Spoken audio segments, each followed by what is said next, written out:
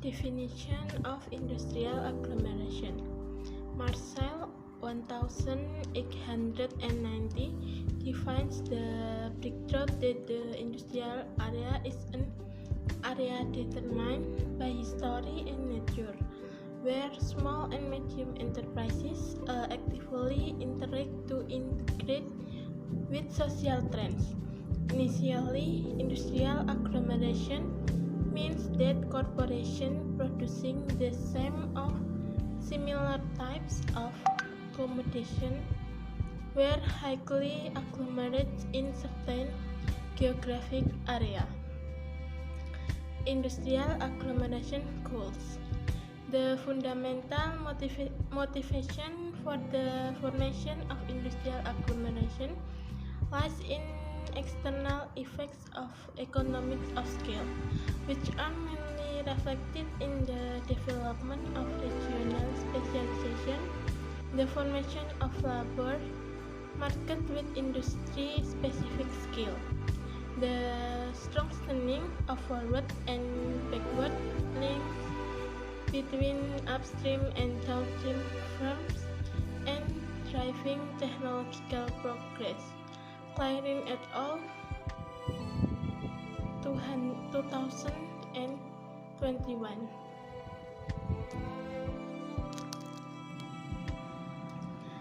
Definisi aglomerasi industri.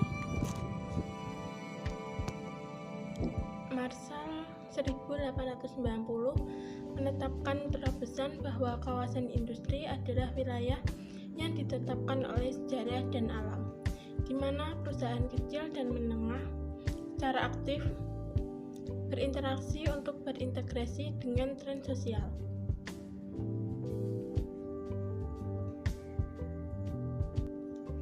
Aglomerasi industri mulanya berarti keadaan bahwa korporasi yang menghasilkan jenis dan komoditas yang sama atau serupa sangat teraglomerasi di wilayah geografis tertentu. Pengertian aglomerasi industri adalah suatu tindakan pemusatan industri di suatu kawasan khusus yang bertujuan untuk pengoptimalan pengelolaan industri. Jadi, aglomerasi industri berkaitan erat dengan penempatan kawasan industri. Industri sendiri harus ditempatkan di suatu lokasi yang dapat menunjang kegiatannya dengan baik. Adapun lokasi industri merupakan tempat atau wilayah di muka bumi beserta segala unsur-unsurnya, meliputi unsur fisik serta unsur sosial yang berkontribusi terhadap kelancaran dan perkembangan kegiatan industri secara optimal. Unsur-unsur yang ada dalam lokasi industri tersebut termasuk faktor-faktor seperti bahan mentah, modal, tenaga kerja, sumber energi, sumber air, transportasi, pasar, iklim, teknologi, peraturan, dan perundang-undangan. Faktor industri. Pemusatan industri banyak dipengaruhi oleh faktor-faktor industri. Faktor yang mungkin diantaranya adalah bahan mentah, energi, tenaga kerja, transportasi, iklim, pasar, teknologi, kemudahan dalam perizinan, pajak yang relatif murah, dan penanggulangan limbah. Untuk menilai efisiensi suatu industri, berbagai faktor ini perlu diperhitungkan karena tidak semua unsur yang mendukung kegiatan industri ini tersedia dan mudah diperoleh di sembarang wilayah. Suatu industri yang didukung faktor-faktor tersebut secara lengkap, hasilnya akan berbeda-beda terhadap faktor yang kurang. Ketika faktor pendukung tersebut tersedia memadai, kegiatan industri yang dijalankan akan menguntungkan. Namun, kenyataannya sangat sulit menemukan lokasi industri ideal yang di dalamnya terdapat semua persyaratan atau faktor tadi. Padahal, lokasi industri ideal ini sangat menentukan keuntungan dan kesuksesan industri. Bagaimanapun juga, penempatan lokasi industri harus dapat menemukan tempat yang paling menguntungkan. Karenanya, sulitnya menemukan lokasi industri ideal inilah muncul usaha untuk melakukan pemusatan atau pengonsentrasian industri dalam suatu wilayah tertentu, yang kemudian istilah ini disebut dengan aglomerasi industri. Jenis aglomerasi industri. Aglomerasi dapat dibedakan dalam dua jenis, yakni aglomerasi primer dan aglomerasi sekunder. Berikut keterangannya. 1. Aglomerasi primer. Aglomerasi primer merupakan perusahaan yang baru muncul serta tidak ada hubungan dengan perusahaan lama yang sudah terdapat di wilayah aglomerasi. 2. Aglomerasi sekunder. Aglomerasi sekunder adalah perusahaan yang baru beroperasi, merupakan perusahaan yang mempunyai tujuan memberikan pelayanan pada perusahaan lainnya. Faktor penyebab aglomerasi industri. Ada beberapa faktor yang menyebabkan terjadinya aglomerasi industri, meliputi 1. Masalah lingkungan. Industri yang terpusat dalam satu lingkungan membuatnya lebih mudah dikelola. 2. Kondisi lahan. Industri harus berada di atasnya, lahan yang sesuai dan mendukung. 3. Peta yang strategis. Lokasi industri yang strategis untuk mencapai berbagai faktor industri pendukungnya. 4. Infrastruktur. Infrastruktur yang lengkap akan lebih mengundang perhatian industri. Pertimbangan suatu perusahaan dalam aglomerasi industri dapat dilakukan atas beberapa dasar, seperti 1. Dalam kondisi diferensiasi. Perusahaan yang terkena diferensiasi harus ditempatkan sedekat mungkin dengan perusahaan-perusahaan terkait. Sebagai contoh, perusahaan tekstil mendirikan perusahaan permintalannya dekat dengan perusahaan industrinya. 2. Keahlian khusus yang dimiliki para pekerja daerah tertentu berpengaruh terhadap perusahaan lain, sehingga mendirikan usahanya dekat dengannya. Sebagai contoh, perusahaan mebel yang berdiri di Jepara yang mulai marak. 3. Penempatan perusahaan di lokasi tertentu yang menyebabkan lokasi tersebut muncul sebuah pasar barang hasil produksi dan perusahaan setempat. Hal ini membuat pedagang bisa mengalihkan risiko harga pengusahanya. Aglomerasi industri juga dipengaruhi oleh beberapa hal lain seperti 1. Industri ekstraktif harus dilaksanakan di lokasi suatu bahan galian ditemukan. 2. Industri yang menggunakan tenaga alam harus ditempatkan di dekat sumber tenaga tersebut. 3. Industri agraris ditempatkan bergantung pada kondisi tanah dan iklim. 4. Industri yang mengolah bahan dasar agraris yang cepat rusak serta sulit diangkut sehingga terikat dengan lokasi tersebut. 5. Pemerintah mengharuskan industri yang berpotensi mengganggu kesehatan manusia menempati tempat-tempat tertentu.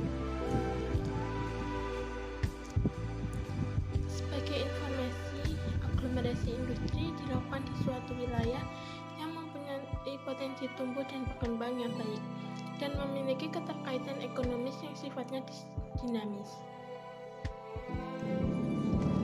Tujuan aglomerasi industri. Motivasi mendasar untuk pembentukan aglomerasi industri terletak pada aspek ekonomi skala eksternal yang terutama tercermin dalam pengembangan spesialisasi regional, pembentukan pasar tenaga kerja dengan keterampilan industri tertentu, penguatan hubungan maju dan mundur antara perusahaan hulu dan hilir, dan mendorong kemajuan teknologi. Clarin et al. 2021. Selain itu, terdapat juga untuk mempercepat pertumbuhan industri, memberikan kemudahan bagi kegiatan industri, mendorong kegiatan industri yang terpusat dan berlokasi di kawasan tersebut, dan menyediakan fasilitas lokasi industri yang berwawasan lingkungan. Tujuan utama dari dilakukannya pemusatan kawasan industri adalah memudahkan dalam pengembangan potensi yang terdapat di wilayah tersebut, serta diharapkan mampu mendorong daerah-daerah yang ada di sekitarnya untuk ikut berkembang.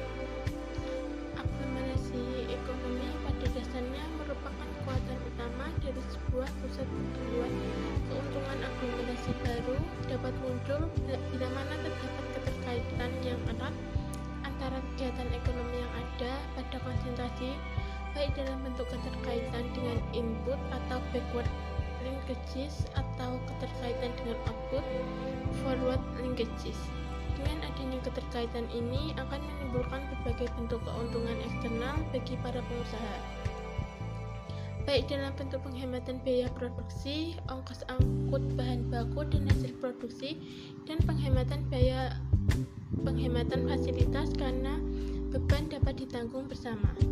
Menurut Safrizal 2014, manfaat atau keuntungan dari adanya aglomerasi antara lain adalah sebagai berikut. 1. Keuntungan skala besar. Keuntungan skala besar merupakan keuntungan yang diperoleh dalam bentuk penurunan biaya produksi rata-rata per unit, karena produksi dilakukan dalam skala besar. Sedangkan produksi dalam skala besar tersebut dimungkinkan bila terdapat jaminan ketersediaan bahan baku dan pasar. Karena perusahaan berlokasi dalam suatu pusat pertumbuhan di mana di dalamnya terdapat kegiatan ekonomi yang saling terkait satu sama lainnya, baik dari segi input maupun output. Penurunan biaya produksi ini merupakan keuntungan eksternal yang menimbulkan daya tarik bagi seorang investor untuk datang dan mengembangkan kegiatan produksi dalam pusat pertumbuhan. 2. Keuntungan lokalisasi. Keuntungan lokalisasi adalah keuntungan dalam bentuk penghematan ongkos angkut baik untuk bahan baku dan hasil produksi yang timbul karena berlokasi serta terkonsentrasi dengan perusahaan terkait lainnya dalam sebuah pusat pertumbuhan. 3. Keuntungan urbanisasi. Keuntungan urbanisasi yaitu keuntungan yang merupakan penggunaan fasilitas dalam sebuah pusat pertumbuhan secara bersama seperti listrik, pergudangan, telepon, dan utilitas lainnya yang menunjang kegiatan operasi perusahaan. Alasan utamanya adalah karena penggunaan fasilitas secara bersama-sama akan dapat menurunkan biaya karena dapat ditanggung secara bersama. Keuntungan eksternal ini juga akan dapat menurunkan biaya karena ditanggung secara bersama. Keuntungan eksternal ini juga akan sekaligus juga menimbulkan daya tarik bagi kegiatan ekonomi lain untuk masuk berlokasi dalam pusat pertumbuhan tersebut. Location theory. Number 1, teori von Thunen. Number 2, teori Weber. Number 3, teori Christialer. Number 4, teori Loss. Number 5, Perox. Number 6, Isat. Teori von Thunen, developing relationship between difference in spatial location and land use partner. Teori Weber, emphasizing the importance of price or transportation cost as a location consideration factor. Weber's theory emphasizes two primary strengths, namely the orientation of transportation and labor.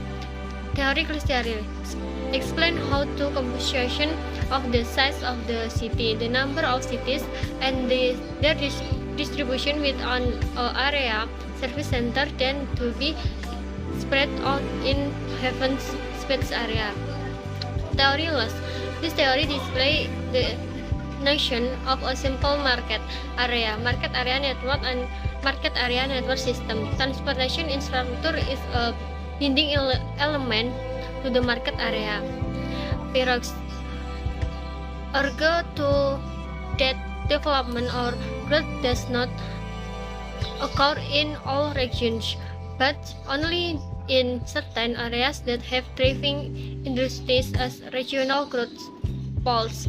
Isat explain the economic activity or companies tend to be located in the center of activity in an effort to reduce uncertainty in decision than to minimize risk.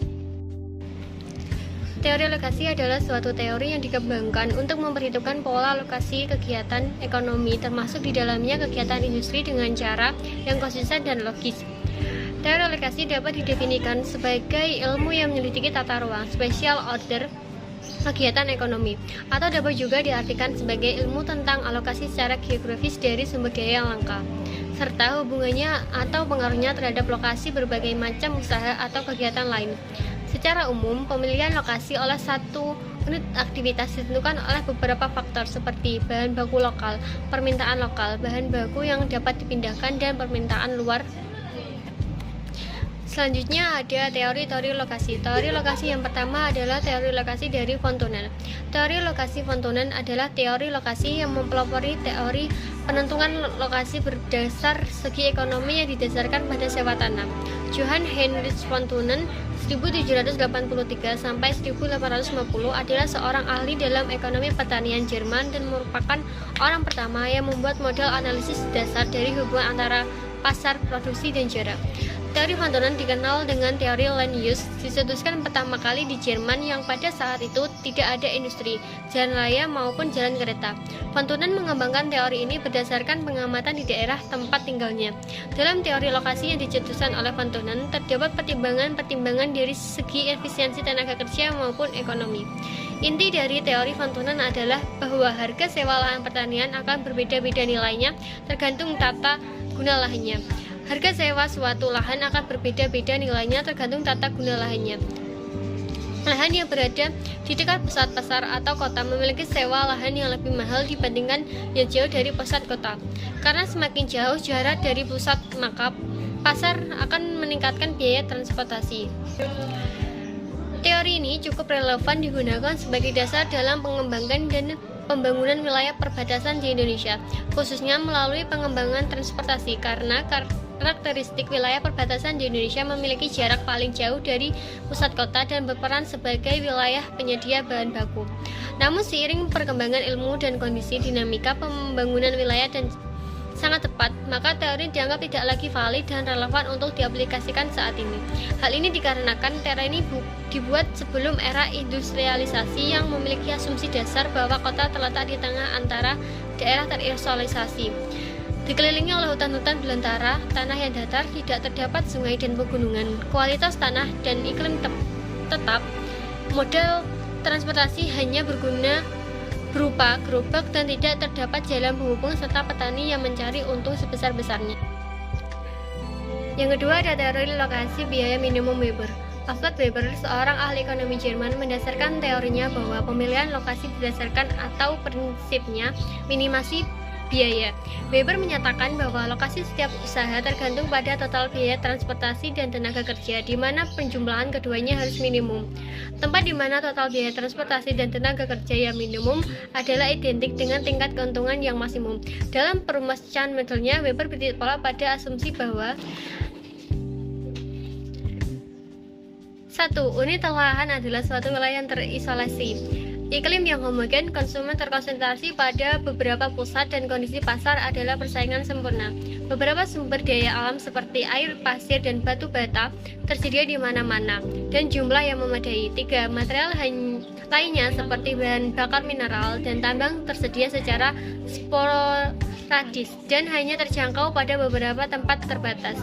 4. Tenaga kerja tidak menyebar secara merata, tetapi berkelompok pada beberapa lokasi dengan mobilitas yang tersebar.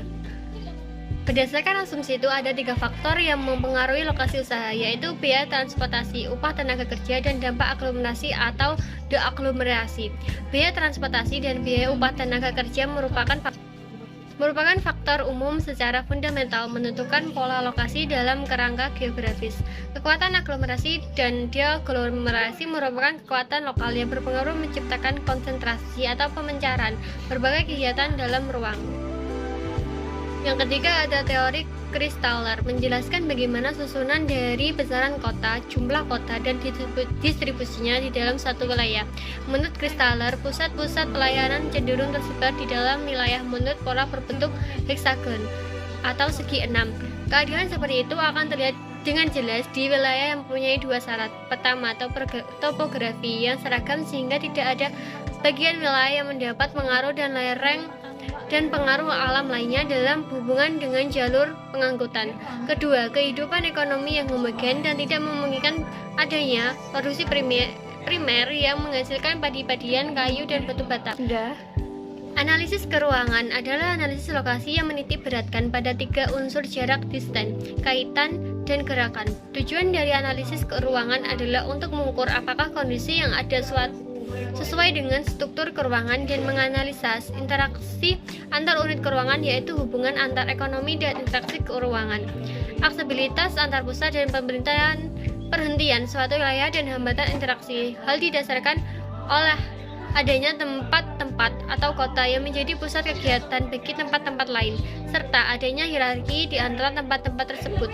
Pada kenyataannya, dalam suatu wilayah mempunyai keterkaitan fungsional antara satu pusat dengan wilayah sekelilingnya, dan adanya dukungan penduduk untuk keberadaan suatu fungsi tertentu di mana barang mempunyai sifat goods order dan setiap barang atau jasa ada di tempat. Perkembangan tempat-tempat sentral tergantung konsumsi barang-barang sentral yang dipengaruhi oleh faktor penduduk, permintaan dan pendapat serta harga, juga kondisi wilayah dan transportasi seperti yang dikemukakan oleh Christaller. Selanjutnya, teori lokasi August Loss. Teori lokasi market area. August Loss memelopori teori lokasi market area yang mendasarkan analisa pemilihan lokasi optimal dan pada luas pasar yang dapat dikuasai atau market area dan kompetensi antar tempat. Berdasarkan pandangan ini, sebuah perusahaan akan memilih suatu tempat sebagai lokasi yang optimal berdasarkan pada kekuatan persaingan antara tempat dan luas pasar yang dikuasainya. Menurut Safrizal yang dikutip dari Alice Maisar, akan terlihat bahwa permintaan dan penawaran antara tempat merupakan suatu unsur penting dalam menentukan lokasi optimal dari suatu perusahaan. Pada teori lokasi ini juga dikemukakan demand atau permintaan. Diasumsikan bahwa lokasi optimal dari suatu industri adalah di mana yang bersangkutan dapat menguasai wilayah pasar yang terluas sehingga dapat menghasilkan paling banyak keuntungan. Unit-unit produksi pada umumnya ditetapkan pada pusat-pusat pasar yang juga merupakan pusat urban. Perusahaan akan memilih lokasinya pada suatu tempat di mana tempat permintaan maksimum. Selanjutnya adalah konsep growth ball atau dikenal sebagai konsep kutub pertumbuhan yang dibangun oleh ahli ekonomis Prancis, François Perroux, menyatakan bahwa pertumbuhan ekonomi di tiap daerah tidak terjadi di sembarang tempat, melainkan di lokasi tertentu. Karena itu, untuk mencapai tingkatan pendapatan tinggi, maka harus dibangun beberapa tempat pusat kegiatan ekonomi yang disebut dengan kutub pertumbuhan. Teori growth ball merupakan teori yang menjadi dasar dalam strategi dan kebijaksanaan pembangunan industri daerah yang banyak dijalankan di berbagai negara berkembang maupun negara maju. Pada awalnya, konsep ini dianggap penting karena memberikan kerangka rekonsiliasi antara pembangunan ekonomi regional di wilayah pusat, kota, dan hinterlandnya. Akan tetapi, faktanya tidak seperti yang diharapkan karena dampak big wave effect lebih besar daripada spread effect, sehingga pengurasan sumber daya hinterland oleh pusat menjadi sangat menonjol dan mendorong ketimpangan yang makin lebar. Yang terakhir adalah teori lokasi Isat. Menurut Isat, masalah lokasi merupakan penyeimbangan antara biaya dengan pendapatan yang dihadapkan pada suatu situasi ketidakpastian yang berbeda-beda. Isat menekankan pada faktor-faktor jarak, aksesibilitas, dan keuntungan aglomerasi sebagai hal yang utama dalam mengembangkan keputusan lokasi. Richardson mengemukakan bahwa aktivitas ekonomi atau perusahaan cenderung untuk berlokasi pada pusat kegiatan sebagai usaha untuk mengurangi ketidakpastian dalam keputusan yang diambil guna meminimumkan resiko. Dalam hal ini, baik kenyamanan maupun keuntungan aglomerasi merupakan faktor penentu lokasi yang penting dan yang menjadi daya tarik lokasi karena aglomerasi bagaimanapun juga menghasilkan konsentrasi industri dan aktivitas lainnya. Next, factor affecting industrial agglomeration: 1. Company size, 2. Industry diversity index, 3. Provincial minimum wage, 4. Competitive index, 5. Regional income per capita, 6. Industry competition index. Next, negative impact of industrial agglomeration. The negative impact of industrial agglomeration is the emergence of social friction among the population because many people from outside the area come the industrial area, and the number of distributors will decrease because the location of the industry is close to each other. Next, example of agglomeration in Indonesia: 1. Company area in Rungkut Industrial Surabaya, 2. Cikarang Industrial Estate, 3. Pulau Gadung Industrial Area Jakarta, 4. Industrial Area in Batam. Oke, selanjutnya ada faktor-faktor yang mempengaruhi aglomerasi industri. Yang pertama ada ukuran perusahaan. Perusahaan-perusahaan industri yang berskala ekonomi kecil terdorong untuk beraglomerasi dengan tujuan mendapatkan penghematan lokalisasi atau economies of location. Karena berlokasi sangat dekat dengan industri lain. Lokasi yang sangat berdekatan antar industri dapat meminimumkan biaya transportasi, biaya transaksi, dan biaya produksi, sehingga output yang dihasilkan lebih besar dan terjadi efisiensi produk, sehingga industri-industri yang awalnya berskala kecil dapat menikmati adanya economies of scale atau penghematan karena berproduksi dalam skala yang besar. Hal ini pada akhirnya dapat menjadikan industri-industri tersebut menjadi berdaya saing. Selanjutnya yang kedua ada upah minimum provinsi atau UMP. Upah minimum provinsi ini digunakan untuk mengkaji pengaruh kebijakan pemerintah yang berkaitan dengan biaya tenaga kerja terhadap terjadinya aglomerasi industri di suatu daerah. Teori lokasi menyatakan bahwa faktor biaya tenaga kerja merupakan faktor dominan dalam penentu lokasi industri di samping biaya transportasi. Teori lokasi yang menyatakan bahwa sebuah pabrik akan memilih berlokasi di daerah dengan tingkat upah yang rendah untuk meminimumkan biaya produksi. Kenaikan upah tenaga kerja yang menyebabkan penurunan tingkat aglomerasi industri. Hal ini dikarenakan industri yang teraglomerasi di berbagai wilayah di Indonesia merupakan industri yang memiliki kecenderungan padat karya. Jika upah tenaga kerja meningkat, maka permintaan tenaga kerja akan berkurang dan menyebabkan perpindahannya suatu lokasi industri sehingga beraglomerasi industri akan menurun. Yang ketiga ada indeks keragaman industri. Di sini menurut Santoso dan Prambojo menyatakan bahwa aglomerasi industri terbentuk karena berkumpulnya beragam industri pada suatu lokasi tertentu yang akhirnya akan menghasilkan output yang heterogen. Selain itu, industri akan lebih inovatif dan tumbuh lebih cepat apabila berlokasi pada wilayah dengan industri yang beraneka ragam. Hal senada diungkapkan oleh Ellison et al. Bahwa diversifikasi industri akan mendorong pertumbuhan industri melalui sebaran pengetahuan dari industri lain yang berkaitan dengan industri tersebut. Di sini yang keempat ada indeks keragaman industri. Menurut Santoso dan Prambojo menyatakan bahwa aglomerasi industri terbentuk karena berkumpulnya beragam industri pada suatu lokasi tertentu yang akhirnya akan menghasilkan output yang heterogen. Selain itu, industri akan lebih inovatif dan tumbuh lebih cepat apabila berlokasi pada wilayah industri yang beraneka ragam. Yang kelima, pendapatan regional per kapita.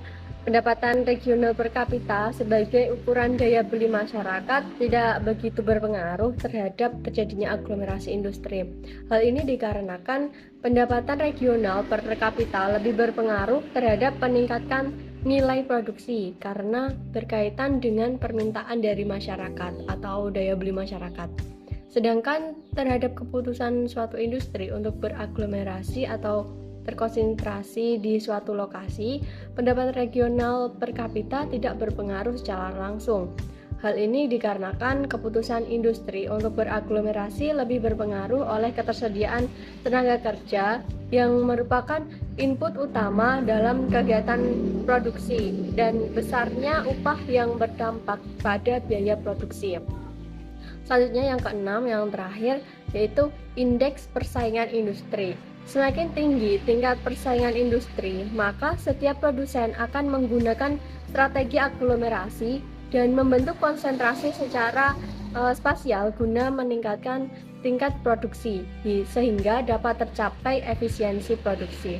Kondisi ini menunjukkan bahwa semakin besar struktur pasar di suatu daerah, maka akan tercipta suatu konsentrasi spasial yang akan membentuk aglomerasi industri dengan tujuan untuk meningkatkan daya saing dan pangsa pasarnya. Selanjutnya ada dampak negatif dari aglomerasi industri. Dampak negatif dari aglomerasi industri adalah timbulnya gesekan sosial antara penduduk karena banyaknya masyarakat luar daerah yang berdatangan ke kawasan industri, serta jumlah distributor akan menurun karena letak industrinya yang saling berdekatan. Dilihat dari dampak buruknya, muncul masalah baru di masyarakat sekitar, yaitu permasalahan ekonomi yang tertinggal, yang tinggal di sekitar aglomerasi di kawasan industri, menimbulkan kesenjangan ekonomi di mana dari segi penunjang fasilitas masyarakat yang tinggal di sekitar kawasan industri akan sangat minim dikarenakan kawasan tersebut diprioritaskan sebagai pembangunan dari segi sektoral perindustrian. Selain itu, aglomerasi juga menimbulkan permasalahan. Misalkan kota-kota besar di Indonesia seperti Jakarta, Bandung, Surabaya, Banten, dan kota-kota besar lainnya, bagian barat berkembang jauh lebih dinamis dibandingkan kota-kota di wilayah timur. Hal inilah yang menyebabkan mobilitas penduduk bergeser dari timur ke barat dengan alasan perbaikan ekonomi, sehingga menjadi salah satu masalah nasional di banyak negara yang sedang berkembang seperti Indonesia adalah tidak kemerataan penduduk. Aglomerasi mempengaruhi dari segi ekonomi, juga secara tidak langsung menjadikan syarat dari segi hal kepadatan modal ekonomi yang dimana dasarnya adalah industri pengolahan. Berbanding terbalik, untuk daerah yang tertinggal dan tidak dilihat secara spasial oleh industri pengolahan, semakin lama semakin tertinggal. Konsep aglomerasi pada akhirnya malah akan memperuncing disparitas wilayah secara perekonomian masyarakat, kecuali indikator-indikator ekonominya sendiri diubah secara radikal, seperti menyertakan daya dukung lingkungan, pencemaran, dan sebagainya, sehingga pada saat penerapan aglomerasi di sebuah wilayah, indikator-indikator tersebut disertakan dan daerah yang memiliki nilai terbaik pada salah satu indikator tersebut dapat menerima kompensasi dari wilayah yang jelek nilai indikatornya. Yang bisa terlihat adalah kota-kota besar atau metropolitan, di mana ujung-ujungnya akan terjadi akumulasi modal pada wilayah terbelakang tersebut. Oleh karena itu, pemerintah harus memberikan kebijakan yang tepat dan jelas dalam hal pembangunan, tidak terkecuali bagi kawasan industri yang memang diperlukan bagi penunjang kebutuhan masyarakat. Akan tetapi juga kita harus melihat dari segi penduduk yang tinggal di sekitar kawasan, di mana mereka mengalami sedikit permasalahan ekonomi, lingkungan, dan permukiman. Melalui pencemaran kawasan dan kebijakan yang benar, maka tidak akan timbul lagi permasalahan di masyarakat. Peran tersebutlah yang akan menjadikan Indonesia menjadi lebih maju pada segi pembangunan. Selanjutnya ada contoh aglomerasi di Indonesia, yaitu yang pertama ada kawasan perusahaan di Rungkut Industri Surabaya, yang kedua kawasan industri Cikarang, yang ketiga kawasan industri Pulau Gadung Jakarta, yang keempat kawasan industri di Batam. Selanjutnya ada case study. Efficiency in China is based on a series of spatial econometric models. The effect of industrial agglomeration on industrial agglomeration on the energy efficiency of China industry and the paper industry is also examined by drawing the same conclusion, that is only when agglomeration reaches a certain level of industrial agglomeration can have a positive impact on increasing energy efficiency facilitate. Industrial restructuring has not been thoroughly explored. Existing studies mostly focus on the relationship between organization and ecological environment. urbanization, subsystem, and carbon emissions. The relationship between the economy and the environment, coupling between the economy, research and environment, and others. Among studies on the coupling relationship regarding industrial structure, Chen and Zhou found that the coupling and degree of coordination between industrial structure and the eco-friendly environment in Beijing shifted from the barely coordinated development stage to the superior coordinated development stage. Zhou and colleagues discussed the convergence rate between China's carbon emissions efficiency and industrial structure improvement, concluding that the consolidation rate of nearly half of the province area is in a unequal, mild to moderate recession level. However, research on the coupling relationship between energy efficiency and industrial structure is still rare.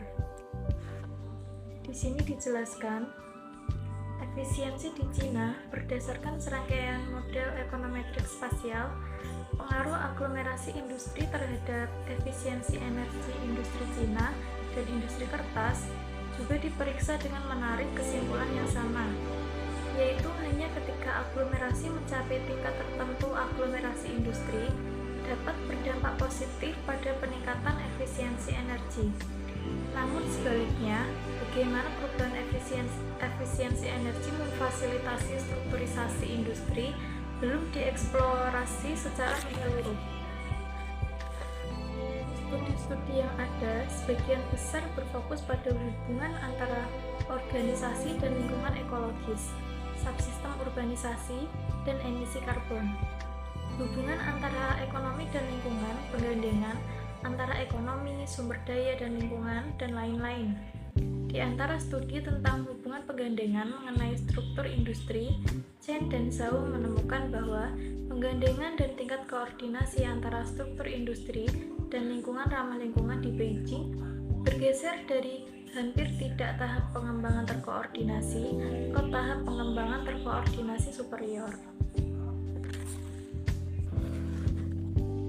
Zhou dan kawan-kawan membahas tentang tingkat penggabungan antara efisiensi emisi karbon Cina dan peningkatan struktur industri, menyimpulkan bahwa tingkat penggabungan hampir setengah dari wilayah provinsi berada pada tingkat resesi tidak seimbang, ringan hingga sedang. Namun, penelitian tentang hubungan coupling antara efisiensi energi dan struktur industri masih jarang ditemukan.